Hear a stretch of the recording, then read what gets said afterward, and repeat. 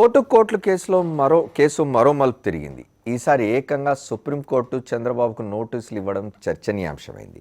కొత్త అసెంబ్లీ తొలి రోజే నోటీసులు జారీ కావడం టీడీపీ నేతల్ని కలవరపాటుకు గురి చేసింది. అయితే చంద్రబాబు మాత్రం అదంతా మామూలే అంటున్నారు. ఓటుకు కోట్ల కేసు మరోసారి తెరపైకి వచ్చింది.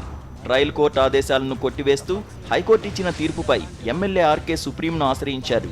కేసు పూర్వపరాలను పరిశీలించిన కోర్టు విచారణకు స్వీకరించింది. సమగ్రంగా అన్ని అంశాలను విచారిస్తామంటూ చంద్రబాబుకు నోటీసులు జారీ చేసింది. వీలైనంత త్వరగా కౌంటర్ దాఖలు చేయాలని ఆదేశించింది. ఓటుకు కోట్ల కేసు అవినీతి కిందకే వస్తుందన్న ఆర్కే తరఫు న్యాయవాది వాదనతో కోర్టు ఏకీభవించింది.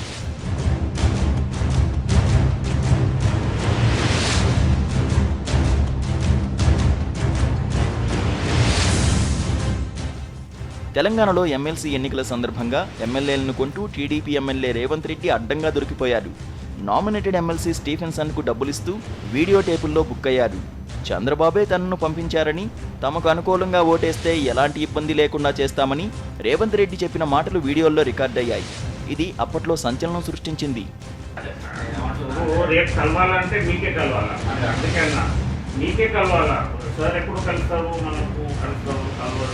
ఈ వీడియోలు కలకలం రేపగానే కేసు మరో ట్విస్ట్ తీసుకుంది. ఎమ్మెల్యేల కొనుగోలులో భాగంగా స్టీఫెన్సన్తో చంద్రబాబు మాట్లాడుతూ ఆడియోలో దొరికిపోయారు. మన వాళ్ళు బ్రీఫ్డ్ మీ అంటూ ఆయనకు భరోసా ఇచ్చారు. ఆ ఆడియో పెను సంచలనం రేపింది. తర్వాత ఆ గొంతు చంద్రబాబుదేనని ఫోరెన్సిక్ నివేదికల్లో తేలింది. ఓటుకు కోట్ల కేసు సంచలనం రేపడంతో ఎమ్మెల్యే ఆర్కే ఫోరెన్సిక్ నివేదికల ఆధారంగా ఏసీబీ కోర్టులో పిటిషన్ దాఖలు చేసి చంద్రబాబు పాత్రపై విచారణ జరపాలని కోరారు. కేసును విచారించిన కింది కోర్టు చంద్రబాబుపై దర్యాప్తు చేయాలని ఏసీబీని ఆదేశించింది. ఆ వెంటనే చంద్రబాబు కింది కోర్టు తీర్పును హైకోర్టులో సవాల్ చేశారు. ఓటు వేసేందుకు లంచం తీసుకుంటే అవినీతి కిందకు రాదన్న బాబు లాయర్ వాదనతో ఏకీభవించిన హైకోర్టు ఏసీబీ కోర్టు ఆదేశాలను కొట్టివేసింది. దీంతో హైకోర్టు తీర్పును సవాల్ చేస్తూ ఎమ్మెల్యే ఆర్కే మరోసారి సుప్రీంను ఆశ్రయించారు. అయితే చంద్రబాబు మాత్రం సుప్రీం ఆదేశాలను తేలిగ్గా తీసుకున్నారు. నోటీసులు రావడం సహజమేనంటూ ఆ కేసులో ఏముందని ప్రశ్నించారు. 26 కేసుల్లో ఏం జరిగిందో ఈ కేసులో అదే జరుగుతుందని నర్మగర్భంగా చెప్పారు. ఉంటాయి కదమ్మా, ఇప్పుడు కొత్త ఏముంది, చాలా సార్లు ఇచ్చారు కదా. ఇప్పుడు ఒకసారి 26 కేసులు వేశారు కదా నా మీద. 1-2 వేసింది, వీళ్ళు వేస్తూనే ఉన్నారు. కొట్టేసిన కేసులు కూడా మళ్ళీ వేస్తూ ఉంటారు. దాన్ని వదిలిపెట్టండి, ఏముంది దాంట్లో వేసేది. పెద్ద ఇంతమంది కూడా వేశారు. సుప్రీంకోర్టు జడ్జిమెంట్లో స్ట్రిక్చర్సే పాస్ చేశారు. అప్పుడంతా వేసినట్టే నేని ఏమైంది, ఏం కాలేదు. కేసును దాటవేస్తూ చంద్రబాబు తనదైన శైలిలో స్పందించిన టీడీపీ నేతలు మాత్రం కలవరపాటుకు గురయ్యారు. కొత్త అసెంబ్లీలో తొలి రోజు సమావేశాలు ఓవైపు, చిన్నబాబు నామినేషన్తో మరోవైపు సందడి వాతావరణం నెలకొన్న సమయంలోనే కోర్టు నోటీసులు రావడం చర్చనీయాంశమైంది. ఇప్పటి వరకు ఏదోలా బయటపడ్డా సుప్రీంకోర్టులో ఏం జరుగుతుందోననే ఆందోళన టీడీపీ నేతల్లో స్పష్టంగా కనిపిస్తోంది. Naidu, special correspondent.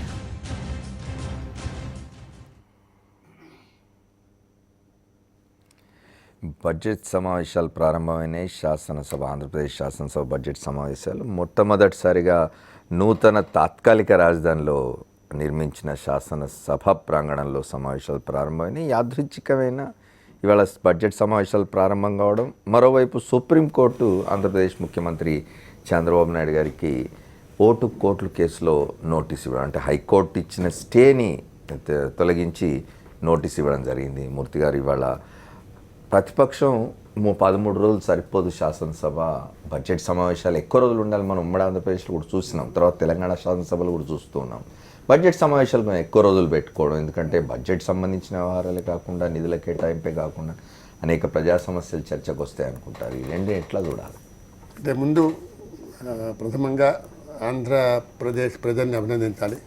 ఎందుకంటే వాళ్ళ రాష్ట్రంలో, వాళ్ళ రాజధానిలో ఒక శాశ్వత ప్రాతిపదిక మీద ఒక అసెంబ్లీ భవన సముదాయం తాత్కాలికంగా కావచ్చు, కానీ అసెంబ్లీ అక్కడ ఫంక్షన్ చేయడం అనేది శాశ్వతం. కాబట్టి దానికి మనస్ఫూర్తిగా అభినందించాలి. అక్కడ చర్చ జరుగుతుందని, ప్రజల సమస్యలు పరిష్కారం అవుతాయని, ప్రజల జీవన ప్రమాణాలు మెరుగుదలకి చట్టాలు చేస్తారని, వాటిని అమలు చేస్తారని ఆశిద్దాం. ఓకే. దాని తర్వాత ఈ 13 రోజులు అనేది సరిపోతుంది. దానికి అంటే 40 రోజులు పెట్టినా కూడా ఇక ప్రతిపక్షం వాకౌట్ చేసే వరకు వెంటబడి చర్చ జరగకుండా చేస్తే అది 13 రోజులున్నా 40 రోజులున్నా ఒకటే. అంటే చర్చ జరగాలి, సమస్యల మీద ప్రతిపక్షం వాదన కూడా వినాలి, వాళ్ళు చెప్పే పాయింట్ని నోట్ చేసుకోవాలి. దానికి అనుగుణంగా నిర్ణయాలు మార్చుకోవాలి లేదా నిర్ణయాలు సవరించుకోవాలనే ఒక సద్భావన కనుక అధికార పార్టీలో ఉంటే అప్పుడు ప్రతిపక్షం కూడా దానికి తగ్గట్టు స్పందిస్తుంది, చర్చ జరుగుతుంది, అది శాసనసభ పర్పస్ నెరవేరుతుంది, శాసనమండలి కానీ శాసనసభ కానీ. అటువంటి ఉద్దేశం లేనప్పుడు ఎట్లాగైనా సరే ప్రతిపక్ష సభ్యుల్ని రెచ్చగొట్టి వాళ్ళని బయటికి పంపించి లేకపోతే మనం మాట్లాడుకోవాలి, మనం నడుపుకోవాలి, మనం ఓటింగ్ పెట్టుకోవాలి అనుకుంటే అది ప్రజాస్వామ్యం కాదు, చట్టసభల ఉద్దేశం నెరవేరుతుంది. కాబట్టి 13 రోజుల కంటే యాక్చువల్గా ఇంకెక్కువ రోజులు ఉంటే బాగుంటుంది. చర్చ జరగాలి. ఎన్ని రోజులు అన్నది ఇంపార్టెంట్ అంటే చర్చ ఎంత సజావుగా జరిగింది, ఎంత సభ్యంగా జరిగింది అది ఇంపార్టెంట్. ఇక చాలా సమస్యలు ఉన్నాయి. యాక్చువల్గా చాలా చర్చ జరగకుండా జరిగిపోతుంది అక్కడ. అమరావతి విషయం కావచ్చు, లేకపోతే ప్రాజెక్టుల విషయం కావచ్చు, లేకపోతే ప్రాజెక్టుల ఖర్చుని హైక్ చేయడం కావచ్చు. ఈ నిర్ణయాలన్నీ కూడా ఒక ముఖ్యమంత్రి గారు తీసుకుంటున్నారా, లేకపోతే ఒక క్యాబినెట్ తీసుకుంటుందా, లేకపోతే అసెంబ్లీ తీసుకుంటారా మనకు తెలియదు. క్యాబినెట్లో చర్చిస్తున్నారా లేదా, క్యాబినెట్ ఎవరైనా ముఖ్యమంత్రి గారిని ప్రశ్నించే సాహసం చేస్తున్నారా లేదా, అసెంబ్లీలో ఎవరైనా ప్రశ్నిస్తే సమాధానం చెప్తున్నారా లేదా మనకేం తెలియదు. అసెంబ్లీలో ఎవరు ఒక ప్రాజెక్టుని లేఅవుట్ని ఎందుకు పెంచారని అడిగిన సందర్భంగా కనపట్లేదు. అయితే ఈ అమరావతి నిర్మాణానికి కాంట్రాక్టులు సింగపూర్ కింద కట్టబెడుతున్నారు. మన దేశంలో కాంట్రాక్ట్ లేరని ఒక శాసనసభ్యుడు అధికార పార్టీ నుంచి ఎవరు అడగల, మనకు తెలియదు. ప్రతిపక్షం అడిగితే సమాధానం చెప్పరు. కాబట్టి అది చర్చ కాదు, అది అసెంబ్లీ కాదు, అది ప్రభుత్వం కాదు, అది పారదర్శకత లేని ప్రభుత్వం. కాబట్టి పారదర్శకత ఉండాలి, బాధ్యతాయుతంగా ఉండాలి, ప్రతిపక్షాన్ని గౌరవించాలి, మాట్లాడాలి. అధికార పక్షం వాళ్ళు ప్రతిపక్షం వాళ్ళు అందరూ కూడా మాట్లాడాలి. అధికార పక్షంలో ఉన్నా కూడా ఆ సబ్జెక్టును బట్టి ప్రజా ప్రయోజనాల దృష్ట్యా ప్రజల పక్షాన ఉండి మాట్లాడాలి. శాసనసభ్యులు అన్న వాళ్ళు ప్రజల పక్షాన మాట్లాడాలి, కానీ వాళ్ళు ఎవరు టికెట్ ఇస్తే వాళ్ళ పక్షాన నుండి మాట్లాడకూడదు. కానీ ఆ very purpose is forgotten, very purpose is defeated. కాబట్టి దాన్ని దృష్టిలో పెట్టుకొని మళ్ళీ మంచి సంప్రదాయాన్ని పునరుద్ధరించుకుంటే మంచిది. రాష్ట్రానికి మేలు జరుగుతుంది, ప్రజలకు మేలు జరుగుతుంది. మూర్తి గారు, ఇవాళ మీరు గమనించారు లేదో 2.5 సంవత్సరాలుగా అసెంబ్లీ జరుగుతున్న తీరు ఇదంతా చూసిన తర్వాత ఈరోజు బీజేపీ పక్షం నుంచి విష్ణుకుమార్ రాజు గారు మాట అన్నారు శాసనసభలోకి వెళ్లే ముందు బయట మీడియాతో మాట్లాడుతూ, మేము ఖచ్చితంగా అంశాల వారీగా మాట్లాడతాం, మేము వారితో స్నేహం చేస్తున్నాం కాబట్టి, భాగస్వాములుగా ఉన్నాం కాబట్టి ప్రతిదాన్ని చూస్తూ ఊరుకోం అని చెప్పి ఆయనకు ఉదాహరణ విశాఖపట్నం దగ్గర ఈ భూసేకరణకు సంబంధించిన వ్యవహారాన్ని కూడా తీసుకొచ్చి అంటే ఈసారి ఏమైనా ఎక్స్పెక్ట్ చేయవచ్చా మనం? నేనైతే పెద్దగా ఎక్స్పెక్ట్ చేయట్లేదు. ఎందుకంటే ప్రతిసారి విష్ణుకుమార్ రాజు గారు ఇట్లా మాట్లాడతారు ప్రారంభంలో, కానీ దాని తర్వాత మధ్యలో మౌనంగా ఉండి చివరిలో సమర్థిస్తూ, చంద్రబాబు గారు ఏం చెప్తే సమర్థిస్తూ ప్రతిపక్షాన్ని విమర్శిస్తూ ముగుస్తున్నది ఆయన పాత్ర. గత 2 సమావేశాలు అదే జరిగింది. ఇప్పుడు భిన్నంగా జరుగుతుందని ఆశించడానికి మనకేం సాక్ష్యాధారాలు లేవు. కాబట్టి బీజేపీ వాళ్ళు ఒక స్టాండ్ తీసుకొని ప్రభుత్వాన్ని విమర్శించాలి, లేకపోతే ప్రభుత్వానికి వాస్తవాలు చెప్పాలి అని స్టాండ్ తీసుకుంటే అది మంచిదే. అది ప్రజాస్వామ్యానికి మంచిది, అది బలం చేకూర్చే విషయం. కానీ అటువంటి సత్తా బీజేపీకి ఉందో లేదో మనకి ఇంతవరకు అయితే నిదర్శనం లేదు. ఇంతవరకు ఏ బీజేపీ నాయకుడు కూడా వాస్తవాలు మాట్లాడలేదు అసెంబ్లీలో. గవర్నమెంట్ ఉన్న 3లో 2 మంత్రులుగా ఉన్నారు, 2 మంత్రులుగా ఉన్నారు. వారు కూడా సమర్థిస్తారు. ఇప్పుడు యాక్సిడెంట్ విషయాన్ని కూడా మంత్రి గారే మాట్లాడలేదు, అక్కడ వచ్చారు, కానీ వాస్తవాలు ఏం చెప్పలే ఏం జరిగిందో.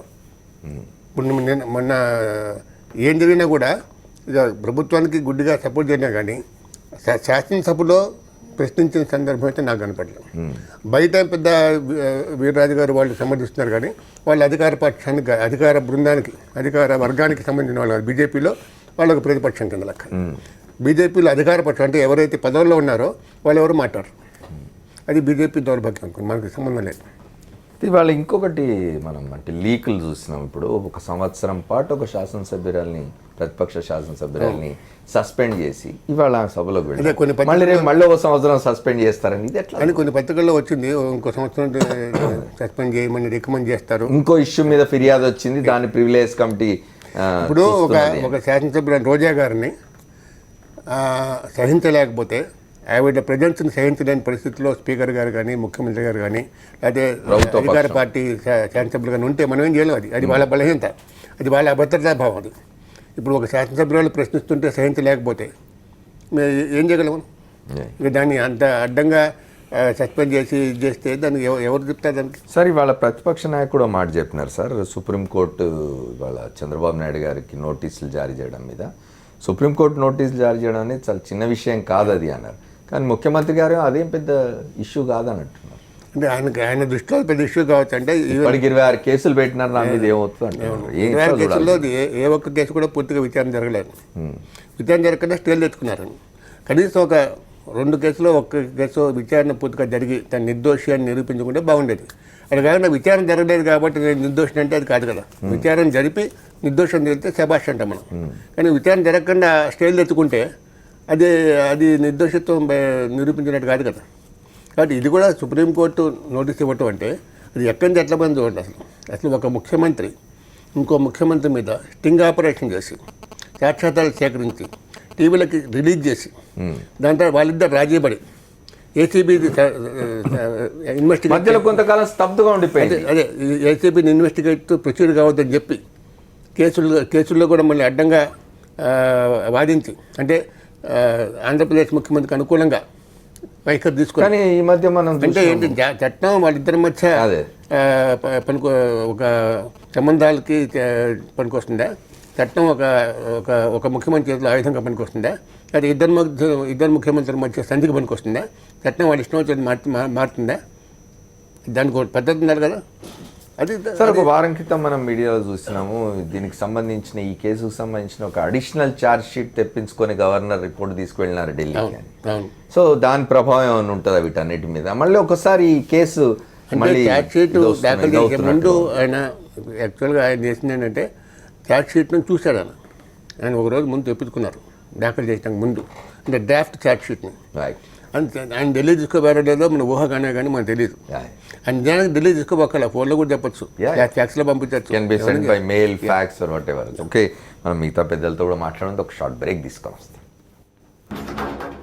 Welcome back to the fourth estate. మనం ఆంధ్రప్రదేశ్ శాసనసభ బడ్జెట్ సమావేశాలు ప్రారంభమయ్యాయి, దాని గురించి మాట్లాడుకుంటున్నాం. తొలి రోజునే ఆంధ్రప్రదేశ్ ముఖ్యమంత్రికి సుప్రీంకోర్టు నోటీస్ ఇవ్వడం కూడా చర్చనీయాంశమైంది, దాని గురించి కూడా మాట్లాడుకుంటున్నాం. ఇంతకుముందు రామచంద్రమూర్తి గారు చెప్పినట్టు ఆంధ్రప్రదేశ్ ప్రజల బాగు కోసం శాసనసభ పనిచేయాలని కాంక్షిద్దాం. ఒకసారి కోటంరెడ్డి శ్రీధర్ రెడ్డితో మాట్లాడుద్దాం.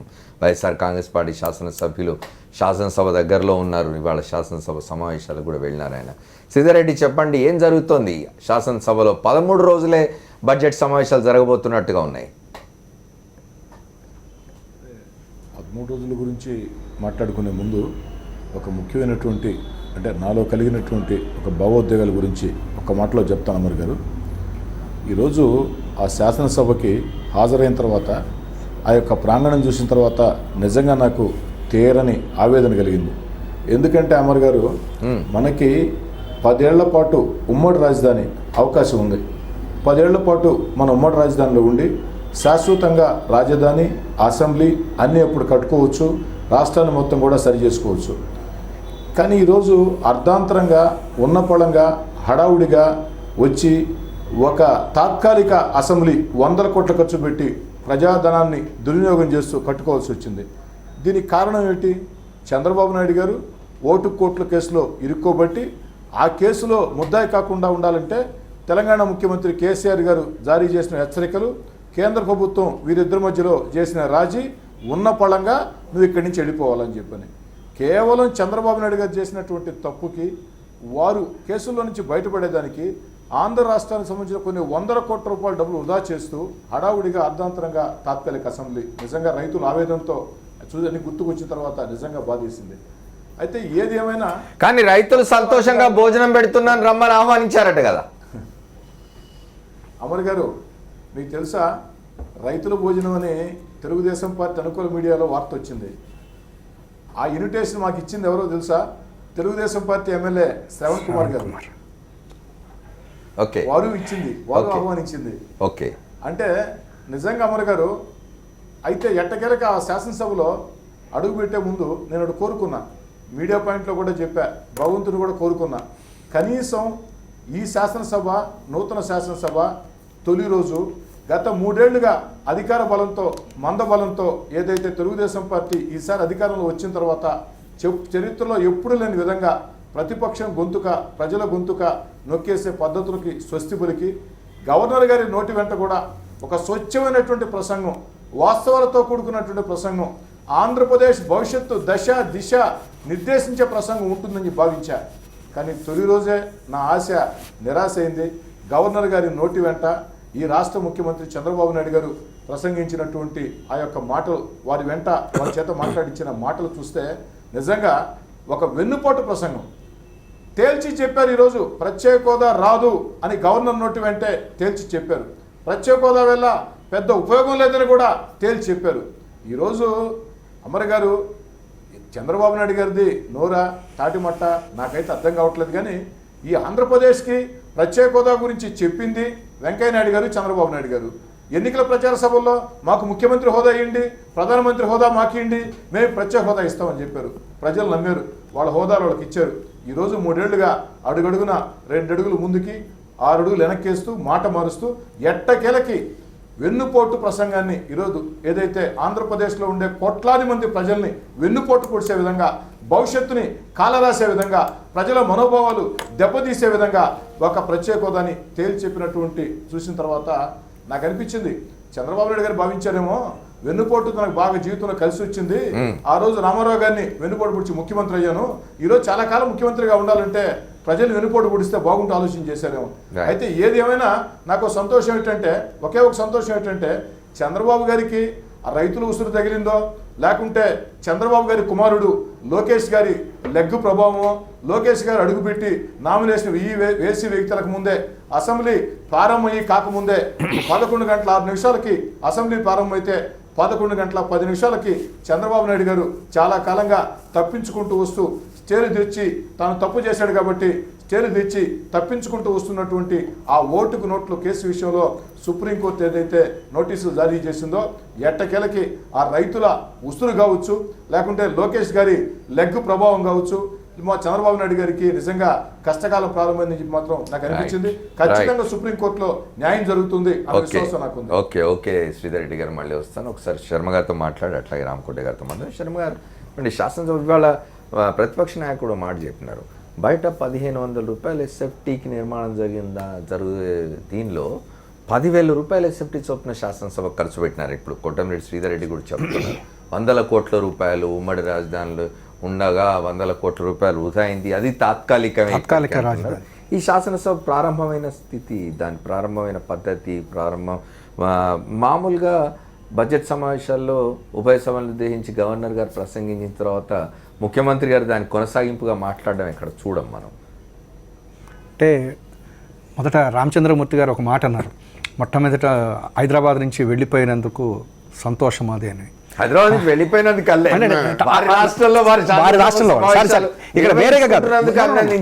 నేను హైదరాబాద్ నుంచి తొందరపడి వెళ్ళిపోయినందుకు, అభద్రతా భావంతో వెళ్ళిపోయినందుకు విమర్శిస్తూ నేను వ్యాసం కూడా రాశాను. దాని గురించి అండి మీరు చెప్పిన దాన్ని నేనేమంటున్నానంటే, ఇవాళ నిజంగా ఇంత అర్జెంటుగా వెళ్ళాల్సినటువంటి అవసరం లేదు. విభజన చట్టంలో 10 సంవత్సరాల పాటు మాకు ఇక్కడ ఇచ్చారు. ఇక్కడ ఇంకోటి అసెంబ్లీ మొన్నటి దాకా కూడా నవంబర్లో అక్టోబర్ అప్పుడు కూడా జరుపుకున్నాం. కానీ 192 రోజుల్లో మేము బ్రహ్మాండంగా అసెంబ్లీ కట్టేశాను అని చెప్పని చంద్రబాబు నాయుడు గారు పెద్ద గొప్ప కింద చెప్తా ఉన్నారు. అసలు నిజంగా మీరు వచ్చి ఇప్పటికి 3 సంవత్సరాలు అయిపోయింది. 3 సంవత్సరాల్లో ఈ 192 రోజులు కనుక మీరు తీసుకుంటే ఈ పార్టీకి మొత్తం అన్నీ కట్టేసుకోవచ్చు, హైకోర్టు కూడా కట్టేసుకోవచ్చు. సో మీరు కట్టినటువంటివన్నీ కూడా తాత్కాలికం అయిపోయింది. ఇవాళ ఇంకొకటి కూడా ఏంటంటే, నిన్న ఎన్జిటీలో ఒక కోర్టులో ఫైల్ చేసడం జరిగింది. ఏమని చెప్పారంటే, అక్కడ కూడా వీళ్ళు మేము అక్కడ నీళ్లు దానికి సంబంధించినటువంటి అన్నీ ఉన్నాయి, అందుకని అమరావతి చేసుకున్నాము అని చెప్తే, అక్కడ ఆ రోజున ఉన్నటువంటి శ్రావణ్ కుమార్ అడ్వకేట్ క్లియర్ చెప్పాడు, శ్రీకృష్ణ కమిటీ అమరావతి అసలు వద్దంది అని చెప్పని అడగటం, అక్కడ కోర్టు ఏమన్నా దాన్ని రేపు మాకు సబ్మిట్ చేయమని చెప్పిన శ్రవణ్ అడగటం కూడా జరిగింది. కాబట్టి రామకృష్ణ కమిటీ శివరామకృష్ణ కమిటీ ప్రత్యామ్నాయం కూడా చూపించింది. శివరామకృష్ణ కమిటీ వద్దు అని చెప్పింది అనేది కూడా శ్రవణ్ చెప్పడం కూడా జరిగింది. దాన్ని ఇమ్మర్మని కూడా వాళ్ళు అడగటం జరిగింది. నేను చెప్పేది ఏంటంటే, తాత్కాలికమైనటువంటి రాజధాని కట్టడానికి ఇన్ని వేల కోట్ల రూపాయలు, ఇప్పుడు మీరు చెప్తున్నట్టుగా 1500 రూపాయలు నిజంగా కూడా ఎంత పెద్దగా కట్టినా కూడా 3000 రూపాయలకి మించి అవదు. మన రామకోట గారు ఇక్కడే ఉన్నారు, బిల్డర్, ఇంక బాగా కూడా తెలుసు ఇవన్నీ కూడా. 3000 రూపాయలకి మించి కూడా అవదు. అటువంటి చోట్ల మరి ఇవాటి రోజున ఎందుకు ఇంత ఖర్చు పెడతా ఉన్నారు అనేది కూడా ఇవాళ మనం అడగాల్సినటువంటి ప్రశ్న ఉంది. ఇది ఎవరి జేబుల్లోంచి ఖర్చు పెడుతున్నారు? ప్రజల డబ్బు ఇది. రేపు పొద్దున కోర్టులో ఎటువంటి డెసిషన్ వస్తుందో కూడా మనకు తెలియదు. రెండోది ఇంకొకటి కూడా ఏంటంటే, ఇవాళ గవర్నర్ గారి ప్రసంగం అనేటువంటిది తప్పదు. గవర్నర్ గారు అక్కడ ఉన్నటువంటి అధికార ప్రభుత్వంలో ఉన్నటువంటి వాళ్ళు ఏం రాసిస్తే అది చదవాలి, అది మ్యాండేట్ అయిపోయింది ఇవాళ రోజున. కానీ ఎంత దారుణం అంటే, ఇవాళ మ్యాండేట్ ఇచ్చింది మీకు ఎన్నేళ్ల వరకు? 2019 వరకు చంద్రబాబు నాయుడు గారికి మ్యాండేట్ ఇచ్చింది రాష్ట్ర ప్రజలు. ఆయన 2019 దాకా ఏం చేస్తానో అని చెప్పాలి, లేదు ఏం చేశానో చెప్పాలి, ఏం చేయబోతున్నది చెప్పాలి. అంతేగాని ఆయన 2022, 2029, 2050 అప్పటిదాకా ఆయన ఏం చేస్తారో ఆయనే చెప్పేస్తారు. మేము అడుగుతున్నది ఏంటంటే గవర్నర్ గారు, మీరు, ప్రభుత్వము, ఈ రాష్ట్రము, ఇది తాత్కాలిక అసెంబ్లీ, ఇవన్నీ తాత్కాలికమైనటువంటి వీటిలో మీరు ఎక్కడో 2050 వరకు మీరు ఏం చేస్తారో చెప్పొద్దు, 2019 వరకు చెప్పమని అడిగాం. ఇంకొకటి ఏంటంటే గవర్నర్ గారి ప్రసంగంలో ఎంత ఇదిగా అనిపిస్తుందంటే మనకి కరువు ఇవాళ తాండవం చేస్తూ ఉంది, తాగునీటి కోసం ప్రజలు అలమటిస్తూ ఉన్నారు. ఇవాటి రోజున మీరు చెప్పినటువంటి ప్రాజెక్టులు వలసలు కూడా పెరిగిపోయాయి బాగా. ఏమంటే వలసలు పెరిగిపోయినాయి. ఇవాళ అనంతపురం కానీ మిగతా చోట్ల అన్ని చోట్ల వలసలు వెళ్ళిపోయి ఎక్కడెక్కడ మిగతా చోట్లకి వెళ్తా ఉన్నారు. ఇవాళ చంద్రబాబు నాయుడు గారు అమరావతిలో నుంచే చాలా మంది వలసలు వెళ్ళిపోయారు. ఇవాటి రోజున ఆయన ఏమని చెప్పారంటే అక్కడ ఉన్నటువంటి కూలీలకి నేను నెల పింఛన్ లాగా 2,500 రూపాయలు ఎంత ఇస్తానని 3 నెలలు ఇచ్చి ఆ తర్వాత ఇవ్వటం ఆపేశారు. వాళ్ళందరూ కూడా ఎక్కడికో వలసలు వెళ్ళిపోయారు. ఇటువంటి వాటిని అడ్రస్ చేయకుండా గవర్నర్ గారి ప్రసంగంలో ఎంతసేపటికి కూడా ఆయన 20-50 చెప్పడం అనేటువంటిది చాలా తప్పు.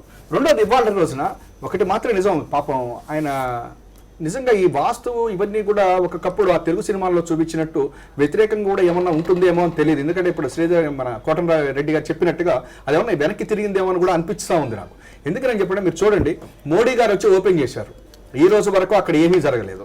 తర్వాత మళ్ళా అసెంబ్లీ భవనాలు అన్నారు, దాని సెక్రటేరియట్ అన్నారు. ఇవాళ ఈ అసెంబ్లీ కూడా ఈ రకంగా జరిగింది. ఒక్కటి మాత్రం నిజం, చంద్రబాబు నాయుడు గారు ఇంత అర్జెంటుగా ఒక డెసిజన్ తీసుకున్నది ఒక్కటే కారణం, ఓటుకు నోటు కేసు. దాంట్లో ఎటువంటి ఇది లేదు.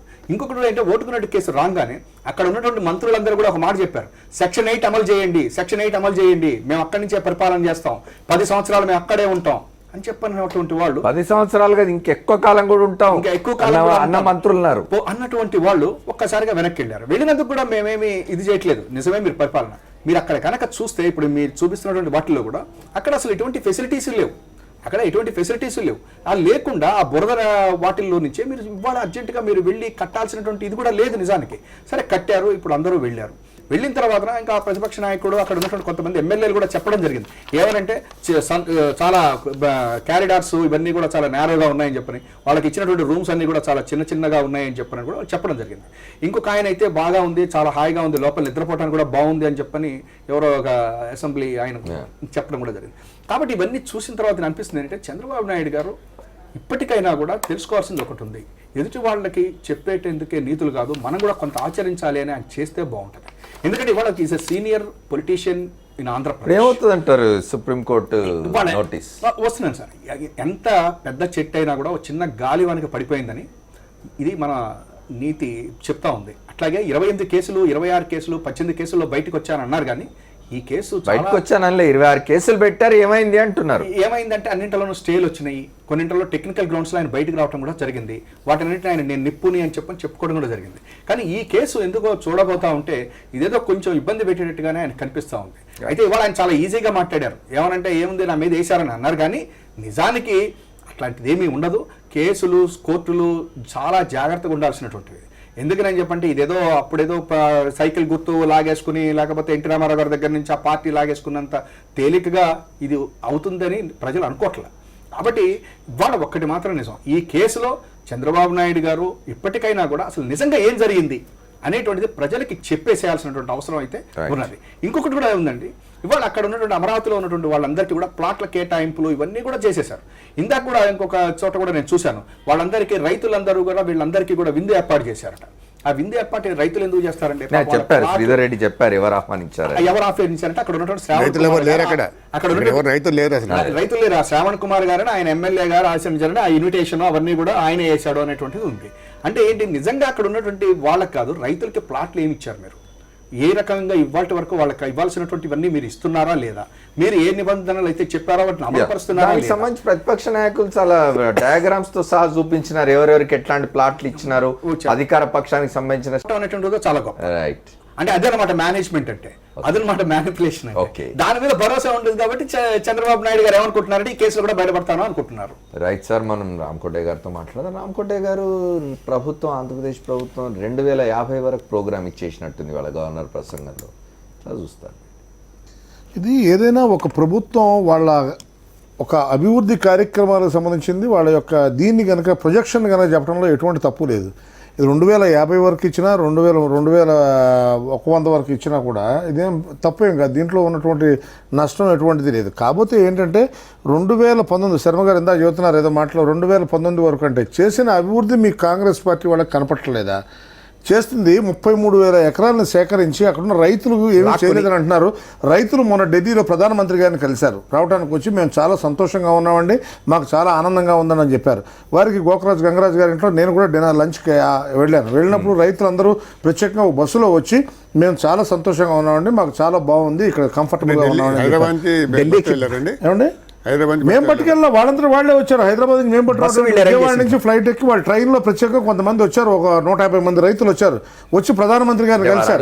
ఆర్గనైజ్డ్ టూరా ఆర్గనైజ్డ్ టూర్ కాదండి. యాక్చువల్గా ఏంటంటే అక్కడ ఉన్నటువంటి రైతులు ఎవరైతే ఉన్నారో ఎక్కడైనా సరే ఒక చిట్ ఫండ్ కంపెనీ మూసిచ్చారు అనుకోండి, వాళ్ళందరూ ఒక అసోసియేషన్ అవుతారు. వాళ్ళు అంతకు ముందు ఎవరు తెలియదు. కానీ ఇదే విధంగా రైతులందరూ కూడా వాళ్ళకి కావాల్సిన న్యాయం కోసం వెళ్ళి చేరుతున్నారు. రైతులు పోతే మీ ఊరి నుంచి రైతులు పోతే ప్రధానమంత్రి గారు ఇంటర్వ్యూ ఇస్తారండి? అది కాదండి, ఎందుకు ఎవరు ఒక మామూలు తాత్కాలికంగా ఇప్పుడు చంద్రబాబు గారు రాష్ట్రపతి గారు మాట బాగా చెప్పారు. చిట్ ఫండ్ కంపెనీ మూతపడితే ఎట్లా ఏకమవుతారో అట్లాగే భూములు కోల్పోయిన వాళ్ళు కూడా ఏకమయ్యారు. భూములు కోల్పోయిన వాళ్ళందరూ ఒక చోట కోల్పోయిన కాదండి, వాళ్ళందరూ స్వచ్ఛందంగా ఇచ్చారు. ఇచ్చిన రైతులు వాళ్ళందరూ వాళ్ళు వచ్చి ఎందుకంటే నాకు కూడా అంతకుముందు అవగాహన లేదు. నేను ఆ పరిసర ప్రాంతాల వాడినే, నాకు తెలుసు దాని గురించి. రైతులంతా చాలా క్లియర్గా ఒక విషయం చెప్పారు, ఎట్టి పరిస్థితుల్లో మాకు సంతోషంగా ఉన్నాం, మాకు ఎటువంటి ఇబ్బంది లేదని. చాలా మంది ఏదో కొంతమంది పర్సెంటేజ్ డబ్బులు అవన్నీ సక్రమంగా వచ్చేసినాయి. కొంతమంది ఇప్పుడు వాళ్ళకి ప్లాట్ ఎలకేషన్ జరుగుతుందండి. జరుగుతున్న దాంట్లో ఒక్కొక్కడికి 1100 గజాలు వాళ్ళకి గరీబ్ భూములు వాటికి సంబంధించిన విషయాలు వస్తున్నాయి. వస్తున్న క్రమంలో వాళ్ళకి జరుగుతుంది. ఎంతసేపు నెగిటివ్ మైండ్తో కనుక వెళ్తే మొత్తం నెగిటివ్ కనపడుతుంది. పాజిటివ్గా ఆలోచించమని నేను చెబుతున్నా. ఏంటంటే మనకి రాజధాని లేదు, రాజధాని కోసం వెళ్ళాము. ఇప్పుడు ఇవాళ మనం ఇవాళ అమెరికాలో ఉన్న ఎటువంటి సిచ్యువేషన్ మనం అనుభవిస్తున్నామో అలాంటి ఇబ్బందికరమైన పరిస్థితి లేకుండా ఉండడానికి ఒక ప్రాంతానికి వెళ్ళి ఆయన అక్కడ ఏర్పాటు చేసి ఒక రాజధాని తయారు చేసి దానికి ఒక రూట్ మ్యాప్ చేసి దాని మీద కొంత ఖర్చు పెడుతున్నారు. దీంట్లో ఖర్చులు వెళ్ళటం రావటం వాటన్నిటికి సంబంధించిన అకౌంట్స్ ఉంది, కాకు ఉంది, వాటన్నిటి గురించి చూస్తారు. దాని గురించి ఎటువంటి ఇబ్బంది లేదు. కానీ ఏంటంటే మీరు చెప్పే క్రమంలో ఏంటంటే పాజిటివ్ యాటిట్యూడ్ లేకుండా నెగిటివ్గా ఎంతసేపటికి కోటరాజు గారు ఇందా చెబుతున్నారు, మన శ్రీధర్ రెడ్డి గారు కోటరెడ్డి శ్రీధర్ రెడ్డి గారు ఒక మాట చెబుతున్నారు, నాకు చాలా బాధ వేసిందని నేను అంటున్నారు. దేనికోసం బాధపడాలి? మీరు ఆంధ్రప్రదేశ్కు సంబంధించిన శాసనసభ్యులు ఆంధ్రప్రదేశ్ గురించి ఆలోచన చేయకుండా నేను వచ్చి హైదరాబాద్లో మనకి ఇక్కడ అవకాశం ఉంది 10 ఏళ్ళు, మన సమస్యలు మన ప్రాంతం మీద మన గడ్డ దగ్గర మన ఊర్లో మన సమస్యలు మాట్లాడుకుంటూ మన రాష్ట్రం గురించి ఆలోచన వదిలేసి మాకు అక్కడ కూర్చొని చాలా బాధపడుతున్నానండి అంటే మీకున్న విలువైన సమయాన్ని ఆంధ్ర రాష్ట్రంలో అక్కడ కూర్చొని చర్చిస్తే ఎంతో సంతోషం, ప్రజలు కూడా సంతోషపడతారు. అది వదిలేసి ఏమండి నేను అక్కడికి వెళ్ళానండి, మొట్టమొదటి రోజు మీకు ఆ విచారవదనాలు ఎందుకు? సంతోషంగా ఉండి ఆనందంగా మీరు మాట్లాడచ్చు కదా. ఒకటి. రెండో విషయం ఏంటంటే అక్కడ రైతులు ఇవ్వలేదండి, అక్కడ ఉన్న ఎమ్మెల్యే ఇచ్చాడండి. Somebody has to coordinate. ఆయనే ఆ రైతులందరినీ కోఆర్డినేట్ చేసి ఇప్పించడానికి ట్రై చేశాడు.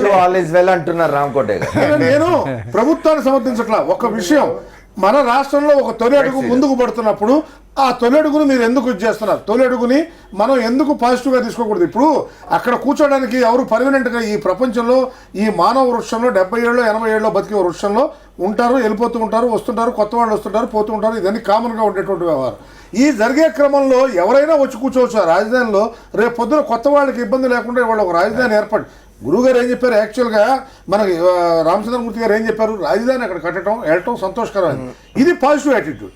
నెగిటివ్ యాటిట్యూడ్ ఏంటంటే మేము అక్కడ అడుగు పెట్టగానే బాధపడ్డామని ఒక గౌరవ శాసనసభ్యులు అలా మాట్లాడుతుంటే నాకు కూడా బాధగా ఉంది. ఎందుకంటే సార్ వారు అన్నది ఏంటంటే ప్రజాధనాన్ని అంత వెచ్చించి ఒక విషయం 1500 బిల్డర్ కదా మీరు చెప్పండి, 1500 రూపాయలు స్క్వేర్ ఫీట్ అయ్యేటువంటి చోట 10,000 రూపాయలు ఖర్చు పెట్టడం కరెక్టా కాదా చెప్పండి. ఏమండి శర్మ గారు, 2 రకాల విషయాలు. 1500 రూపాయలకి ఎలా తయారవుతుంది, 10,000 రూపాయలు ఎలా అవుతుంది అని చెప్తున్నాను. మీకు పైల్ ఫౌండేషన్ వేసి అక్కడ ఉన్న ప్రాంతం ప్రకారం దానికి సంబంధించిన విధానంలో వెళ్ళాలి.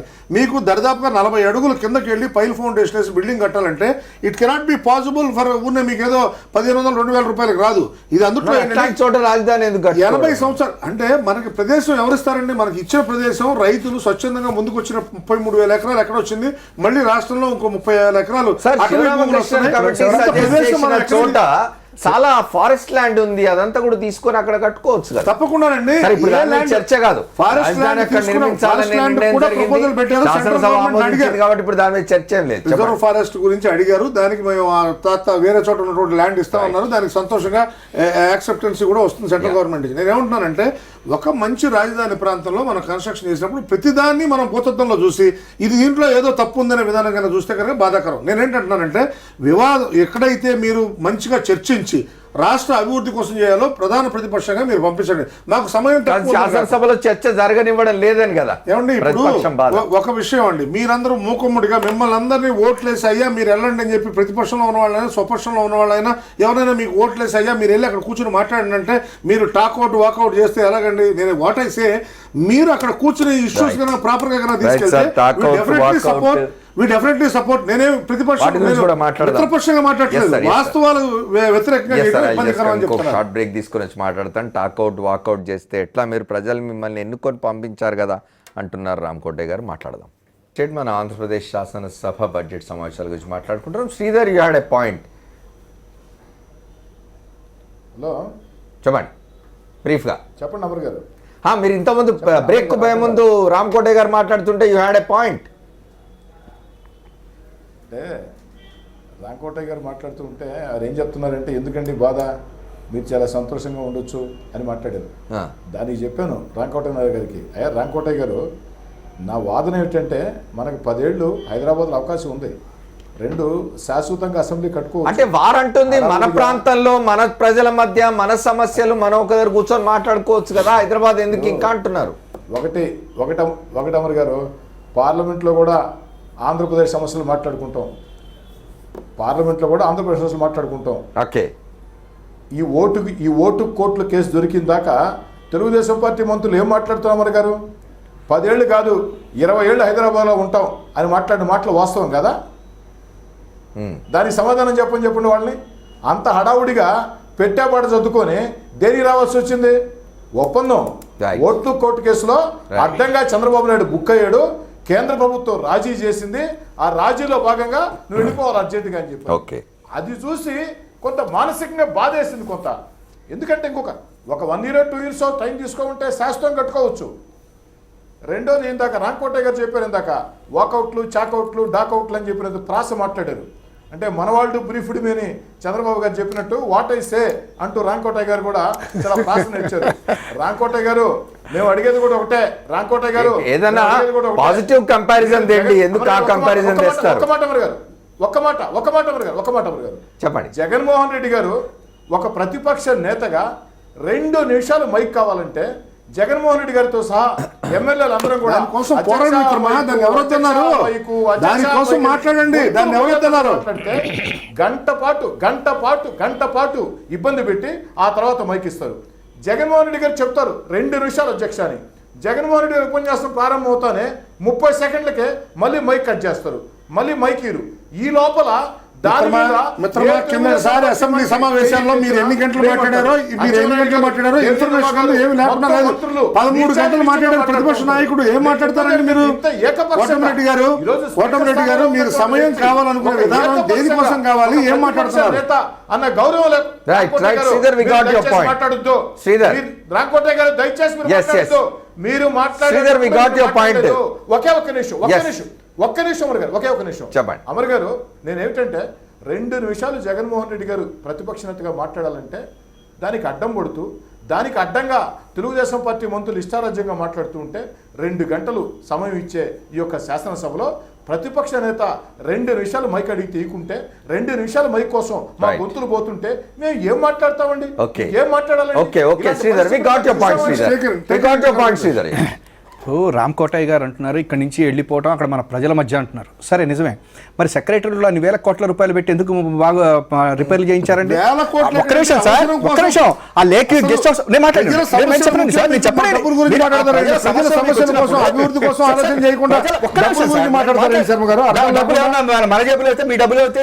రామకోటయ్య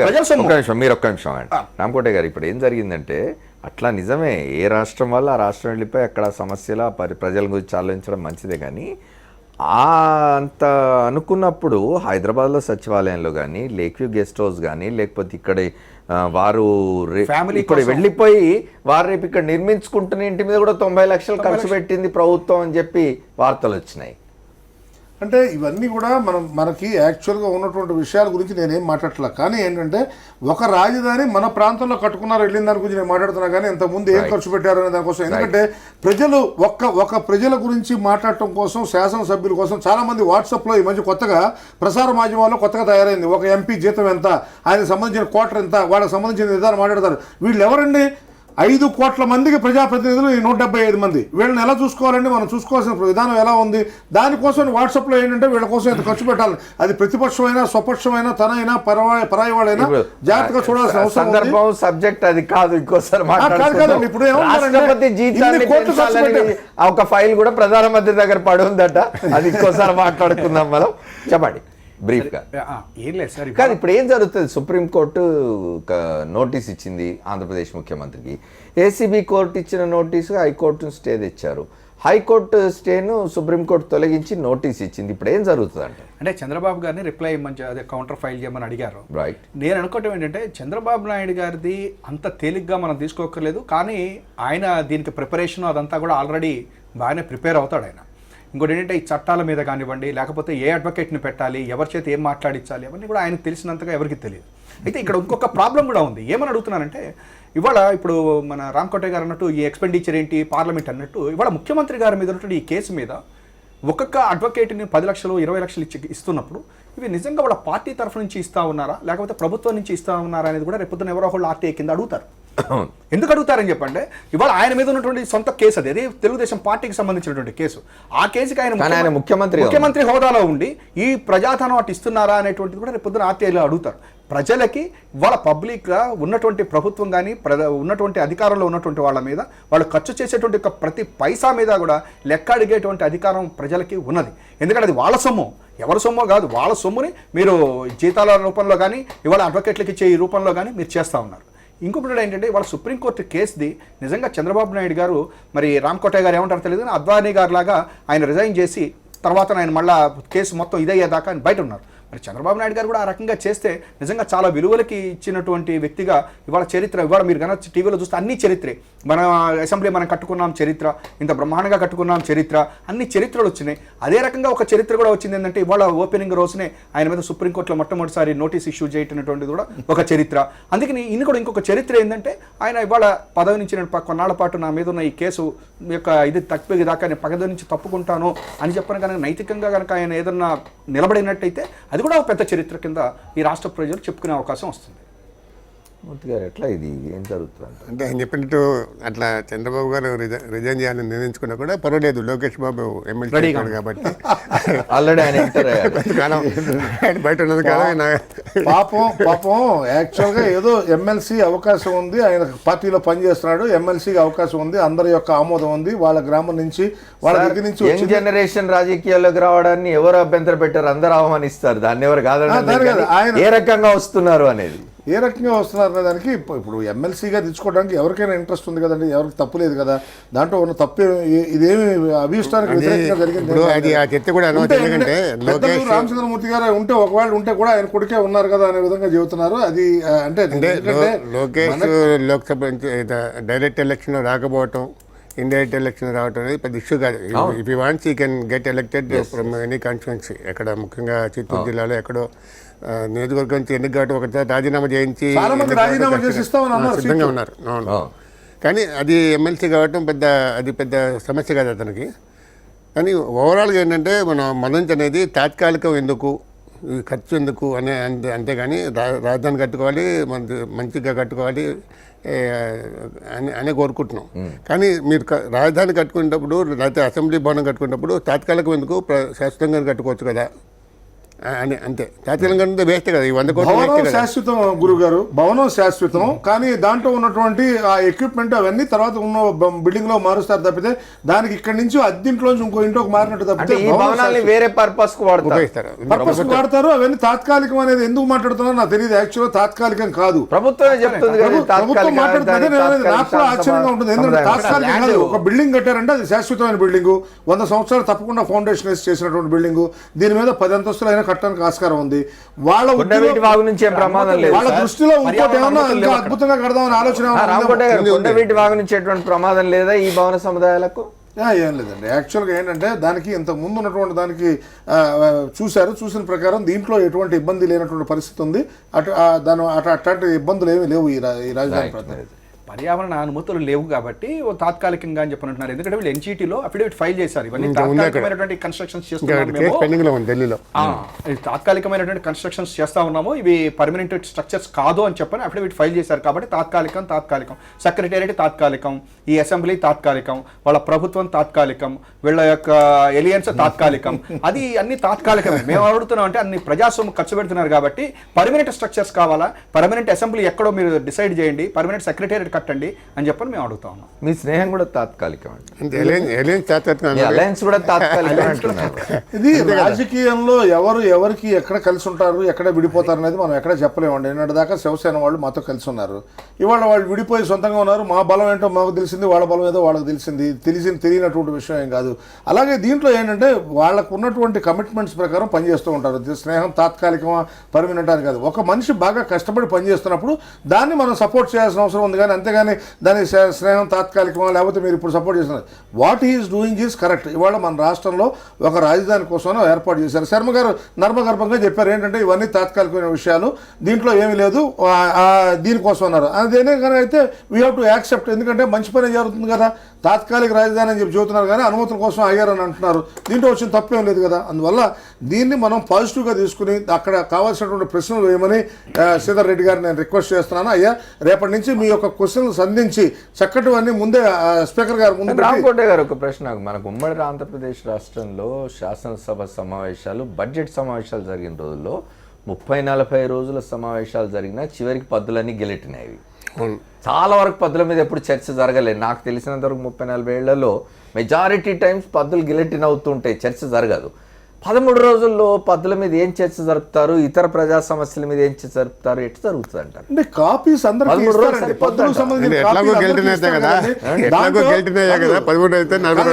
ఏంటంటే పలానా ఖర్చు ఉందని అన్నారు అనుకోండి, ఆ కాపీ ఇస్తారు కదా, దానికి సంబంధించిన అనుమానం ఉన్న దగ్గర మన చర్చ జరుగుతుంది. అనుమానం చర్చ అనేది నిజానికి అది ఇట్స్ అంటే అవసరం కూడా కదా. అవసరం ఒకటి, చట్టబద్ధంగా కూడా గిలెటిన్ చేయడం అనేది ఒక అంటే మన చేతగానితనం, అసమర్థత అన్నట్టుగా వస్తుంది అది కదా. అలా ఏం కాదండి. జనరల్గా ఏంటంటే ఏ బడ్జెట్ అయినా కూడా దానికి సంబంధించిన చర్చలు జరిగేటప్పుడు వాళ్ళకు అనుమానం ఉన్న ప్రాంతంలో అడగటంలో తప్పు లేదు. అలా అడిగి వాటికి సంబంధించినటువంటి వాటి గురించి గతంలో నేను చూసింది ప్రభుత్వాలు అయ్యో గిలెటిన్ అయిపోయినాయి పద్దులు అని బాధపడే సందర్భాలు చూసినాం మనం. ఏమంటారు? అవునండి, ఇవాళ వాటి గురించి చర్చించడానికి, డిస్కస్ చేయడానికి కూడా సరిపోదు. ఇప్పుడు ఇంకొక మాట మన రామకోటయ్య గారు అంటున్నారు, అక్కడ శివసేన మేము విడిగా పోటీ చేశాము అని చెప్పని అంటున్నారు బలాలు, కానీ అసెంబ్లీలో కలిసే ఉన్నారు. మీదంతా ఎట్లా ఉందంటే కొట్టుకుందాము కానీ పదవి కోసం కలిసి ఉందాము అన్నట్టుగా అయిపోయింది. ఇప్పుడు నేను ఇక్కడ కూడా కలిసి ఉంటే మొత్తం స్వీప్ అయ్యి ఉండేది, మీకు అర్థం కాల. సీట్లు కాంగ్రెస్ పార్టీకి ఎక్కువ వచ్చేది, కలవకపోవడం వల్ల మాకు నష్టం జరిగింది. ఇంకొకటి కూడా ఏంటంటే ఇక్కడ నిజమే రామకోటయ్య గారు అన్నట్టు శత్రువు మేము నరేంద్ర మోడీ హైదరాబాద్ వస్తే జైలుకి కూడా పంపిస్తాను ఆయన తోటి అసలు ఈ బీజేపీనా అనేటువంటి దాన్ని అంత దారుణంగా మాట్లాడినటువంటి వాళ్ళతో మళ్ళీ మీరు పొత్తుకెళ్ళి ఇవాళ మీరు అధికారంలో ఉన్నారు.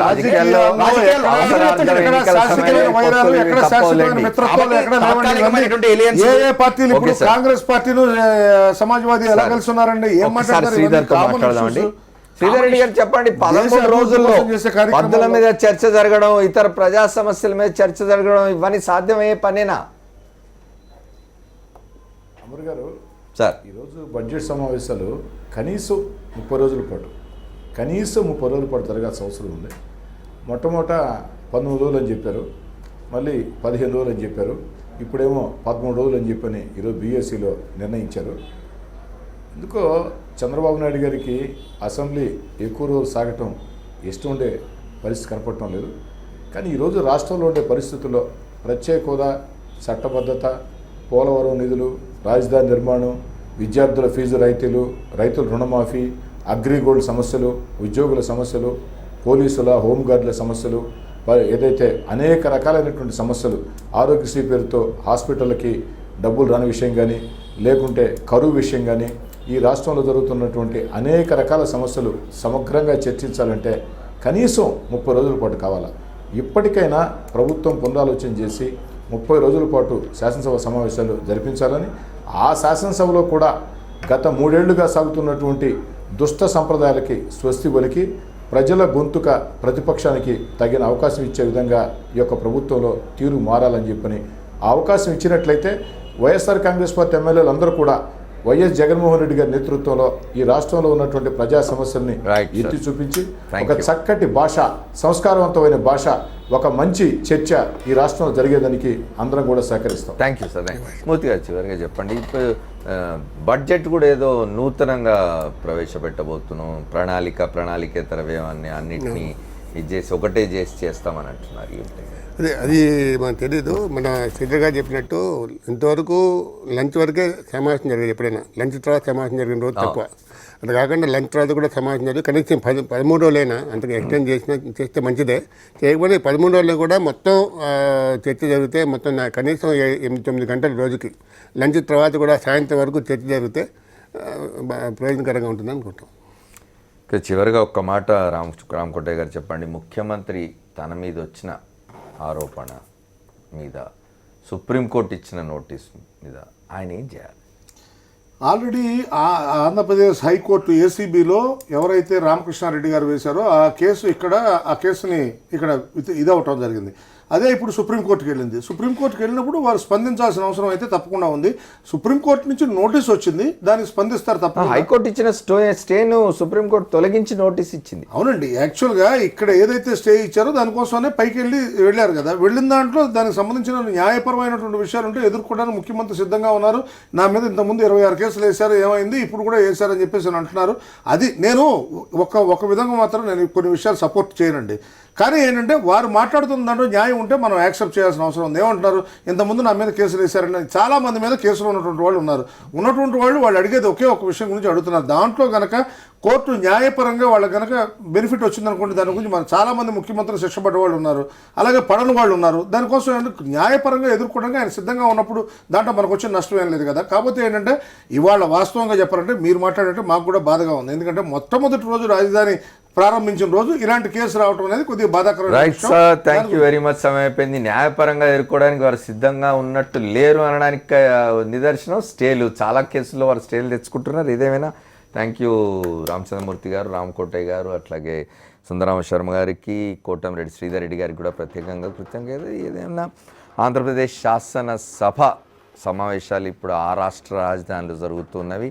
అక్కడ రాజధానిలో జరుగుతున్న శాసనసభ సమావేశాలు అర్థవంతంగా జరగాలి, ప్రజల సమస్యల గురించి చర్చించాలి, ప్రజల సమస్యల పరిష్కారం కోసం చట్టాలు చేయాలి, వారి అభివృద్ధి కోసం చట్టాలు చేయాలి, సంక్షేమం కోసం చట్టం చేయాలి. వచ్చిన అవినీతి ఆరోపణలు ఏవైతే వచ్చినాయో వాటిని రుజువు చేసుకోవాల్సిన అవసరం అయితే ఉంది. అది ప్రభుత్వం మీద, ప్రభుత్వ అధినేత మీద ఉంది. ఇది వాళ్ళ 4th ఎస్టేట్. రేపటి 4th ఎస్టేట్లో మళ్ళీ కలుద్దాం. Stay tune to Sakshi. This is Amar signing off.